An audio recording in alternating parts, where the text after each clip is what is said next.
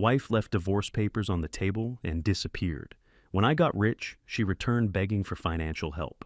Be me, 31, living in Boston, working as an architectural engineer at a major construction firm, making really good money. Life is comfortable. Been married to Catherine, 32, for 1 year.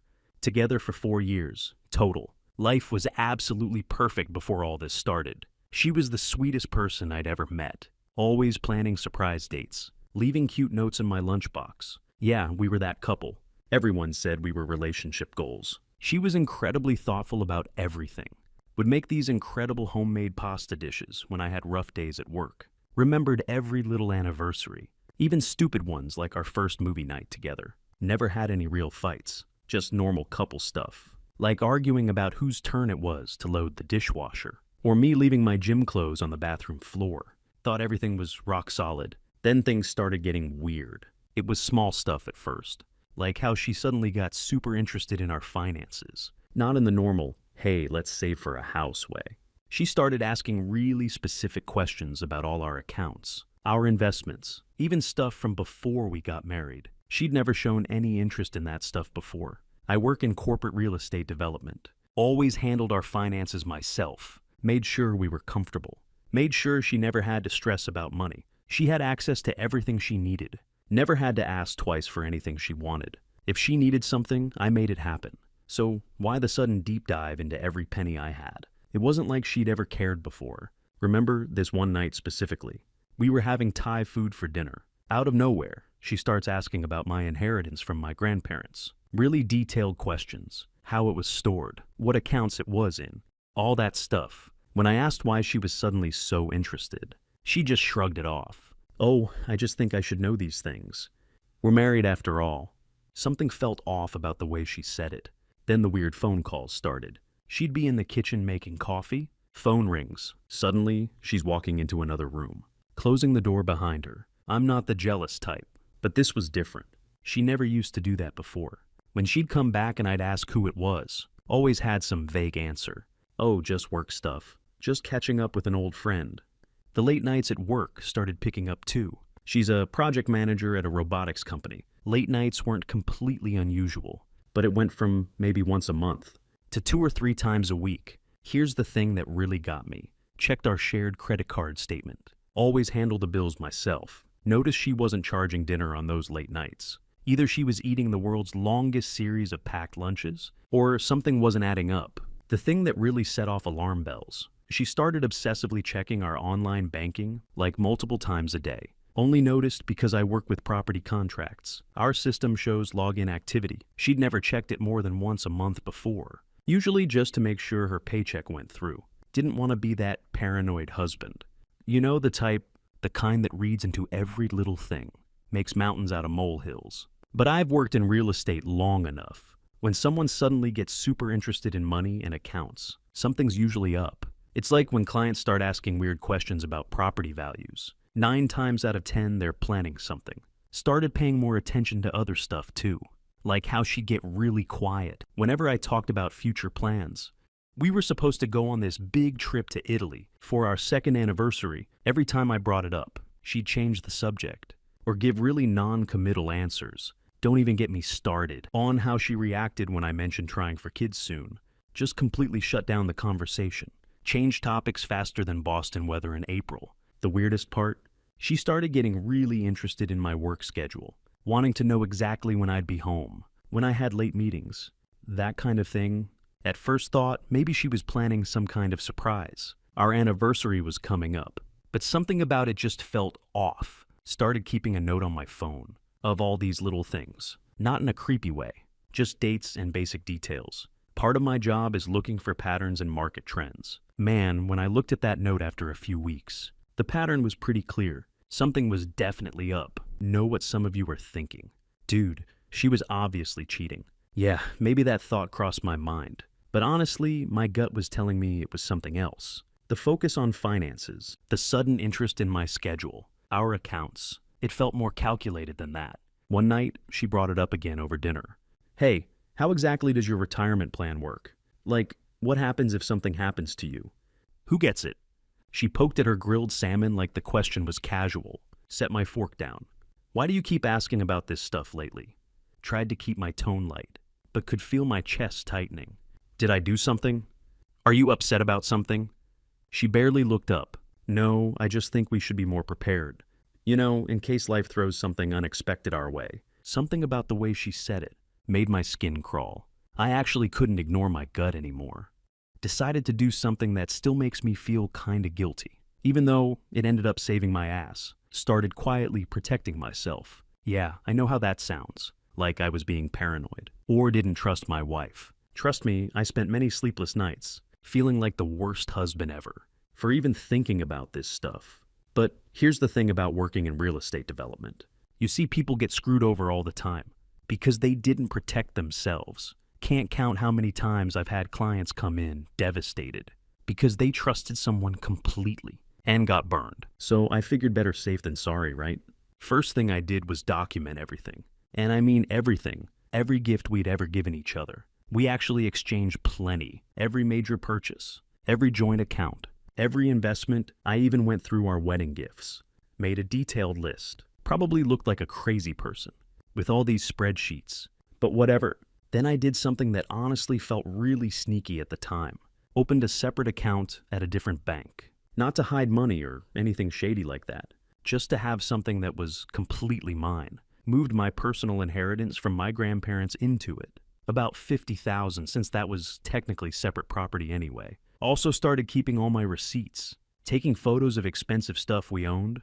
Like I literally went around the house one day, when she was working late, photographed every valuable thing we had. Especially the stuff we'd given each other as gifts. Felt like I was doing some weird insurance inventory or something, so The trickiest part was figuring out what to do about our joint investments. We had this portfolio we'd built together. She'd never shown any interest in it before. But suddenly, she's asking all these questions about when we could liquidate certain positions, what the penalties would be for early withdrawal. So I started slowly, very slowly, moving my personal contributions into more secure positions. Again, nothing illegal or shady, just protecting what was mine to begin with. There was this one day that really confirmed I was doing the right thing. She came home from work all excited about this great investment opportunity one of her work friends had told her about. Started talking about how we should maybe cash out some of our long-term investments for it. When I asked for details, she got super vague and defensive. Red flag city right there. Also started paying more attention to our spending patterns. She'd always been pretty good with money, not a big spender or anything. But I noticed she'd started making a lot of small withdrawals from our joint account. Nothing huge that would raise immediate red flags. But when I added it all up, let's just say it was eye-opening. The whole time I was doing all this, I felt like such a dick. Here I was, a supposedly loving husband, basically preparing for everything to go to shit. Some nights I'd lie awake thinking, maybe I was just being paranoid, creating problems that weren't there. But then she'd do something else. Ask weirdly specific questions about our savings. Wonder out loud what divorce settlements usually look like. Or casually bring up how her friend got totally screwed over in her split. And suddenly, I didn't feel so paranoid anymore. I even started keeping a record of when she was working late. Or taking those mysterious phone calls. Just dates and times. In a password-protected note on my phone. Not in a stalker way. But you know how sometimes you just need to prove you're not crazy. Yeah, that kind of thing. The hardest part was acting normal through all of this. Like, imagine sitting across from someone at dinner, laughing and talking about normal stuff, while you're also low-key preparing for them to potentially screw you over. It's exhausting, honestly. Every time she'd do something sweet or normal, I'd feel guilty all over again. I actually did try to talk to her about it.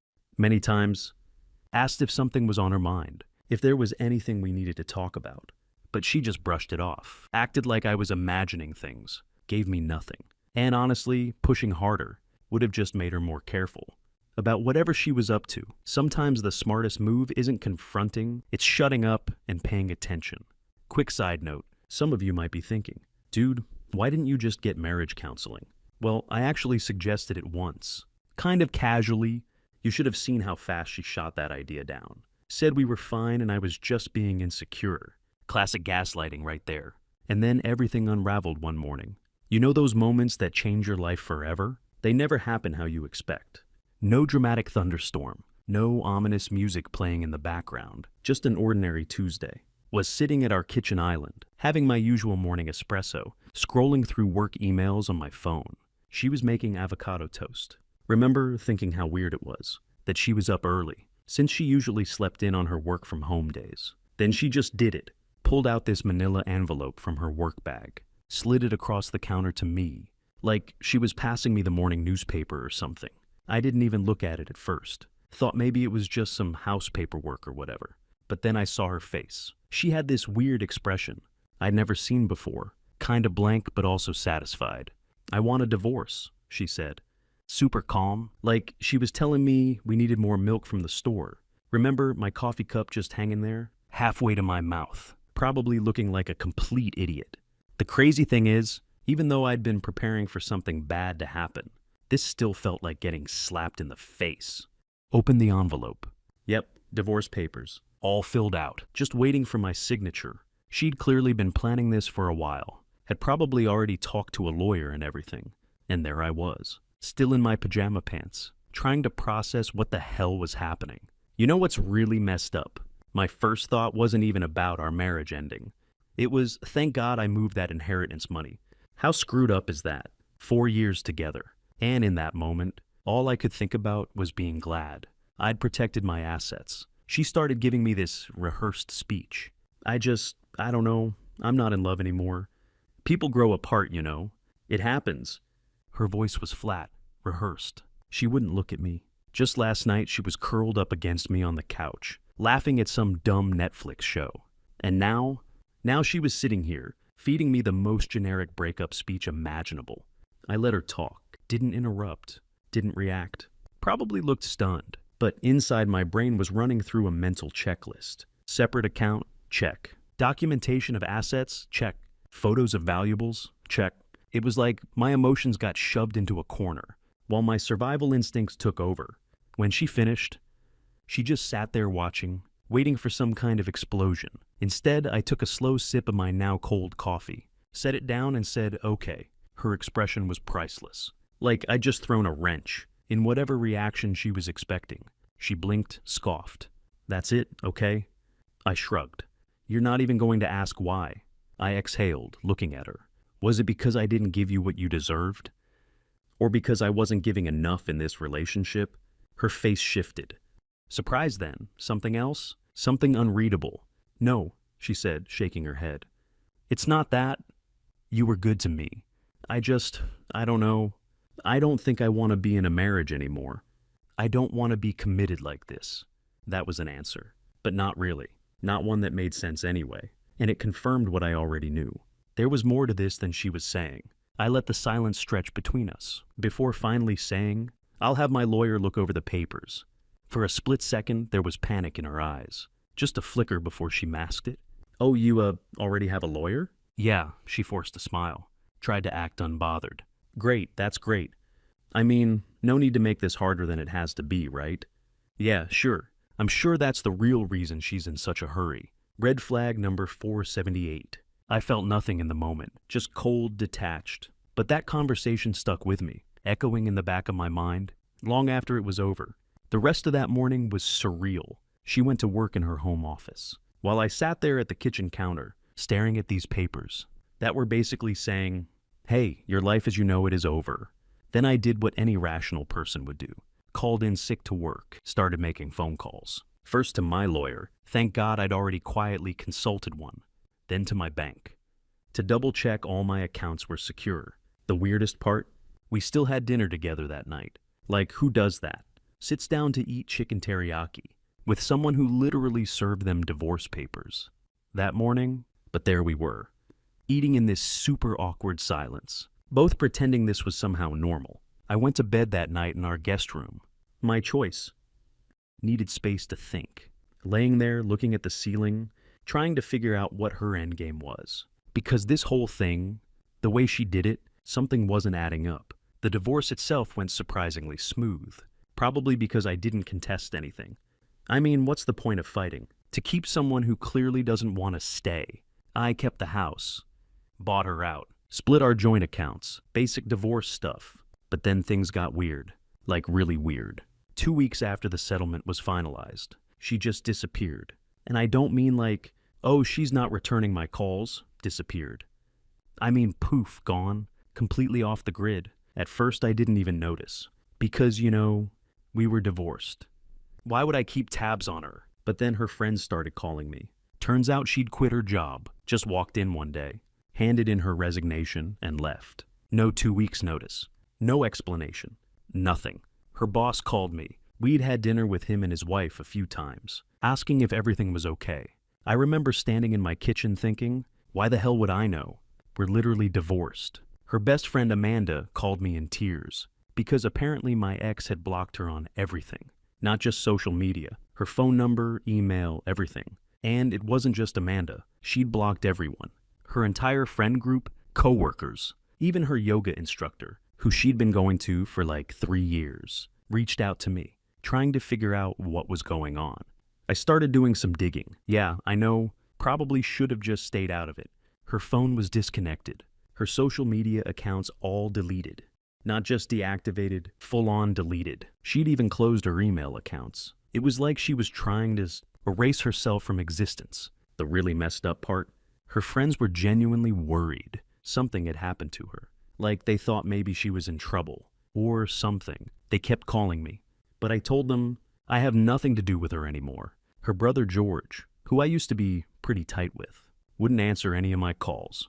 Neither would her parents, which was extra weird, because her mom and I got along great. She used to call me her bonus son and everything. But now, radio silence. Obviously they knew something, but they weren't sharing. About a month into her disappearance, I found out she'd also closed. All her local bank accounts, not transferred, closed. The bank manager, small town, everyone knows everyone, mentioned it casually. When I was there dealing with some paperwork, said she'd come in, closed everything out, left with a cashier's check. Wouldn't tell them where she was going. The weirdest part of all this, I wasn't even that surprised. Shocked, yeah, but not surprised. It's like all those months of weird behavior had been leading up to this grand finale. The questions about our finances, the late night phone calls, the sudden interest in my schedule. She'd been setting this up for months. Her friends eventually gave up trying to find her. What else could they do? She clearly didn't want to be found. But man, the theories never stopped. Every time I ran into one of them around town, they'd have some new idea about where she went or what she was doing. I tried to move on with my life. I mean, what else could I do? Had a house to maintain, a job to focus on, a life to live. I simply forgot her. After I thought I got everything figured out, like around 5 months after the whole vanishing act, I was actually doing pretty good. Started hitting the gym regularly. Yeah, I know, typical divorced guy move. Got a promotion at work. And even started dating again. I'll call her Melody. She's a pediatric nurse at the local children's hospital. And honestly, complete opposite of my ex. All sunshine and bubbles, and pink scrubs with little unicorns on them. We met when I was grabbing coffee. At this little place near my office, she literally bumped into me and spilled her caramel macchiato all over both of us. Rom-com level meet cute, right? After apologizing like 50 times and insisting on paying for my dry cleaning, which I refused, she gave me her number. We started texting, and it just clicked. So, yeah, life was getting good. Melody and I are officially dating. I'm killing it at work, and I'm finally sleeping through the night.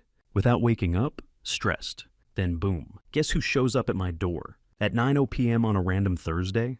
Yep, the ghost herself. My ex-wife. The timing couldn't have been worse. Melody was over. We were making snickerdoodle cookies and watching some Netflix show about baking. I hear this aggressive knocking, and when I open the door, there's my ex, looking like she'd been through hell and back. First thing out of her mouth. Whose car is that in the driveway?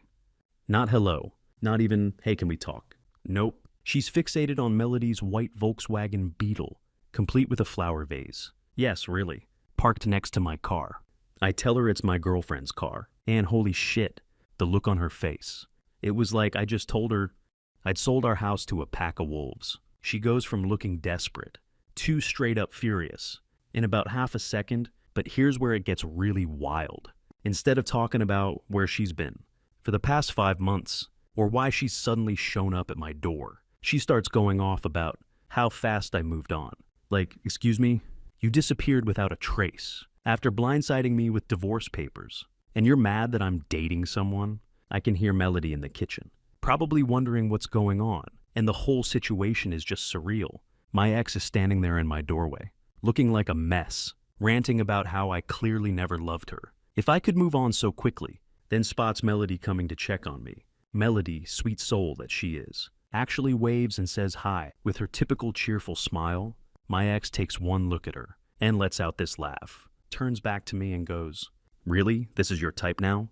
Some basic Barbie who bakes cookies?" That's when I got pissed. Look, you can come at me all you want, but Melody, she's literally the nicest person I've ever met. She volunteers at animal shelters on weekends and cries during Disney movies. Going after her was crossing a line. But before I could say anything, my ex switched gears completely. Suddenly, she's not interested in Melody anymore. No, now she wants to talk about money, specifically. She claimed all the expensive jewelry and stuff she gave me during our marriage. The whiplash from, "How dare you move on," to "Where's my stuff?" was wild. I'm standing there trying to process this mood swing, while Melody's quietly retreated back to the kitchen. Bless her heart, she later told me she started stress baking a second batch of cookies. I tell my ex I sold most of it after the divorce and donated the rest to charity, which was true. It was part of my whole fresh start thing. Man, if I thought she was mad before, she completely lost it, started calling me names, saying I had no right to sell her gifts, demanding I give her the money. The whole time she's yelling. I'm just standing there thinking how strange life is. 5 months ago, this woman was my wife. We shared a bed, a life, everything. Now she's a stranger, screaming on my doorstep. While my new girlfriend stress bakes in the kitchen, I ended up closing the door in her face. Mid-rant, probably not the most mature response. But hey, she lost the right to yell at me in my own house when she served me divorce papers over breakfast. I went back to the kitchen. Melody just looked at me, handed me a warm cookie and said, "So that was interesting. God, I love how she can make even the most awkward situations better." But something told me this wasn't over. The way my ex had looked when she left, she wasn't done. Not by a long shot. 3 days after the cookie incident. That's what Melody calls it now. My phone starts buzzing at like 11 p.m. It's a number I haven't seen in months. My former brother-in-law, George. Now some backstory. George and I used to be really tight. Like, we'd go to baseball games together, grab coffee after work, that kind of thing. But when the divorce happened, he blocked me everywhere, without even a goodbye. That stung more than I'd like to admit. So seeing his number pop up, weird. I wish I could say I was mature about it. But the first thing out of my mouth was, "Oh, so you remember how to use a phone." He ignored the sass, jumped straight into this clearly rehearsed speech about how I needed to do the right thing and help his sister out. Kept going on about how she was family for 4 years, how I owed her this one thing, blah, blah, blah. The whole time I'm thinking, where was this family loyalty when she was serving me divorce papers over breakfast? But then he drops this bomb. Man, if roles were reversed, she would have helped you out. No questions asked. I actually laughed out loud at that one, like full-on snorted. Because are we talking about the same person? The woman who wouldn't even tell me why she wanted a divorce, who disappeared without a trace, who showed up at my door and insulted my new girlfriend. That's who would have helped me out. I told him exactly what I told her. I sold the stuff, gave some to charity. End of story. He didn't like that answer. Started getting all aggressive, saying stuff like, "You're not the person I thought you were, and I can't believe I was ever friends with someone like you." That's when I snapped. Told him that maybe he should ask his sister about all the expensive stuff I gave her, including the car she's still driving around in. Asked him if she'd told him about showing up at my house and insulting my girlfriend, real curious if she'd mentioned. Disappearing for 5 months without a word to anyone. He got quiet for a second, and I could tell some of this was news to him. But instead of actually thinking about what I was saying, he doubled down, started calling me selfish, said I was being petty, told me I was just bitter about the divorce. Here's the thing that really gets me though. Throughout this whole conversation, he kept dancing around something. Like there was clearly more to the story that he wasn't telling me. Every time I pushed back on why she needed the money so badly, he'd get all weird and vague about it. I ended up telling him that if his sister needed money so desperately, maybe she shouldn't have quit her 6-figure job and disappeared for months. That shut him up pretty quick. Then I hit him with the real kicker. Told him that his sister wasn't worth staying married to, but at least I thought our friendship had been real. Guess I was wrong about that too. Hung up after that. Blocked his number too. Because why not? Everyone else in that family had blocked me months ago anyway. Might as well return the favor. Melody was staying over that night. She stays over most nights now. Another thing that probably pissed off my ex. And she could tell something was up. Instead of pushing me to talk about it though, she just put on our comfort show and ordered late night pizza. This girl, I swear, she just gets it. But lying there that night, while Melody was asleep next to me, I couldn't stop thinking about how weird this all was. My ex disappears for months, then shows up demanding money. Her brother, who hasn't spoken to me since the divorce, suddenly calls to guilt trip me about helping her. None of it added up. I mean, what kind of trouble was she in? That she needed money this badly? And why didn't she just sell the car I bought her? If she was that desperate, that thing was worth way more than the jewelry she gave me. Less than 24 hours after the drama with George, I get this text from my ex at 4 a.m. Who texts at 4 a.m. unless something's seriously wrong, right? It was this long paragraph about how she needed to meet me one last time. Said she'd tell me everything, the whole truth this time.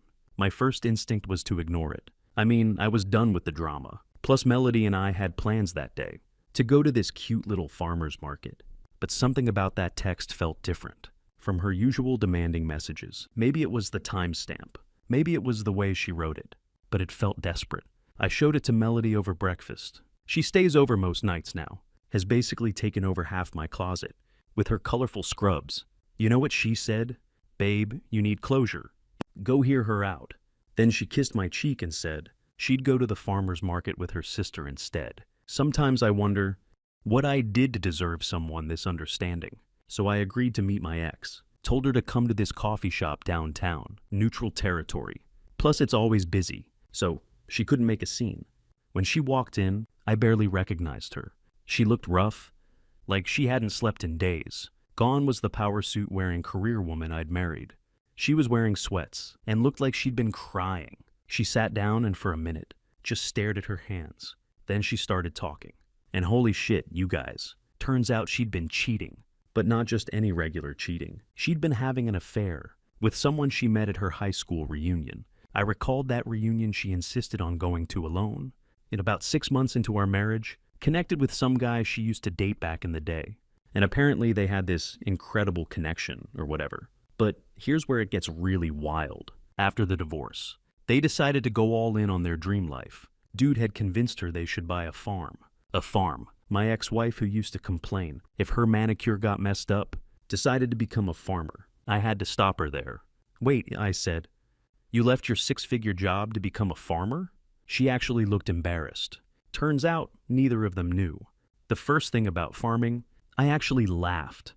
They had this romantic idea about living off the land or something, but reality hit them hard. They ended up having to hire actual farmers to run the place, which ate through their money fast. But wait, it gets better. Remember how she was so desperate for money? Well, turns out she's pregnant with Farm Boy's baby. They burned through all their savings, trying to keep the farm running, and now they're broke with the baby on the way. That's why she came back. She needed money for medical bills and baby stuff. I sat there for a good minute, just processing all this. The woman who'd refused to get a dog because it was too much responsibility was having a baby with a wannabe farmer she'd known for barely a year. She didn't appreciate my laughter, started crying, saying she knew she'd messed up, that she'd made a huge mistake, said she'd been too embarrassed to tell anyone where she really was, which is why she cut contact with everyone. Her family knew some of it, but not the whole story, especially not about how badly the farm was failing. Then she hit me with it. She actually asked if I'd consider giving her another chance. Said she'd realized what a mistake she'd made. That farm boy wasn't who she thought he was. That she missed our life together. I looked at her, sitting there crying in a coffee shop, pregnant with another man's baby, asking me to take her back, and felt nothing. Actually, that's not true. I felt grateful. Grateful that she'd served me those divorce papers. Grateful that she'd shown her true colors. Grateful for every red flag. That had made me protect myself financially. Most of all, I felt grateful for Melody. Sweet, kind, drama-free Melody, who was probably at the farmer's market right now, texting me pictures of puppies she saw, and buying way too many succulents. I told my ex exactly that. Told her that her poor life choices weren't my problem anymore, that she gave up any right to my help. When she cheated, when she lied, When she tried to manipulate me, the look on her face when I mentioned the cheating, priceless. Guess she didn't think I'd figured that part out. She tried to argue. Started saying something about how we'd been together for 4 years, how she still cared about me. I cut her off. Told her I had to go. I needed to go buy some succulents for my girlfriend. Walking out of that coffee shop, I felt lighter somehow, like the last piece of a puzzle had finally fallen into place. Everything made sense now. The weird behavior before the divorce, the quick disappearance, the desperate return, but something told me this still wasn't over. My ex isn't the type to just accept defeat and walk away. Called it, she wasn't done. 2 days after our coffee shop chat, she showed up at my house again. This time, Melody wasn't there. Night shift at the hospital, which was probably for the best. Considering what went down, my ex was in full meltdown mode. Started banging on my door at midnight, yelling about how I owed her, how I was being selfish, how I had no right to judge her life choices. The neighbors probably got quite a show. I opened the door, mostly to stop the banging, and she just barged in, still ranting. That's when I'd had enough. 4 years together, and I'd never raised my voice at her. But this time I lost it. Told her exactly what I thought about her cheating, about her running off to play farmer with her high school sweetheart, about her showing up here, demanding money like she was entitled to it. Reminded her that she was the one who wanted the divorce. She was the one who disappeared, and she was the one who made her bed. Now she could lie in it. She tried to pull the pregnancy card again, started crying about medical bills and baby expenses. I just laughed and told her maybe she should sell that car I bought her. You know, the one she conveniently forgot about. When asking for her gifts back, that's when she went nuclear. Started calling me every name in the book. Said I was heartless. Said I'd make me regret this. I grabbed my phone and told her if she didn't leave immediately, I was calling the cops. She thought I was bluffing. I wasn't. Started dialing right in front of her. You should have seen how fast she changed her tune. When she heard the first ring, as she was leaving, more like storming out, she turned around and said something. That actually made me laugh. I hope you and Barbie are very happy together. I just smiled and said, we are, slammed the door, blocked her number. Then I texted Melody, who was on her break, about what happened. Her response, want me to bring home donuts after my shift? Sugar makes everything better. And you know what? She was right, not just about the donuts, but about everything being better, better than it ever was with my ex. Sometimes the best revenge isn't getting even, it's getting happy. For everyone asking, yes, Melody and I are still together. No, I haven't heard from my ex since that night. Yes, Melody still bakes amazing cookies, and yes, our kitchen windowsill is now full of succulents. Life's good.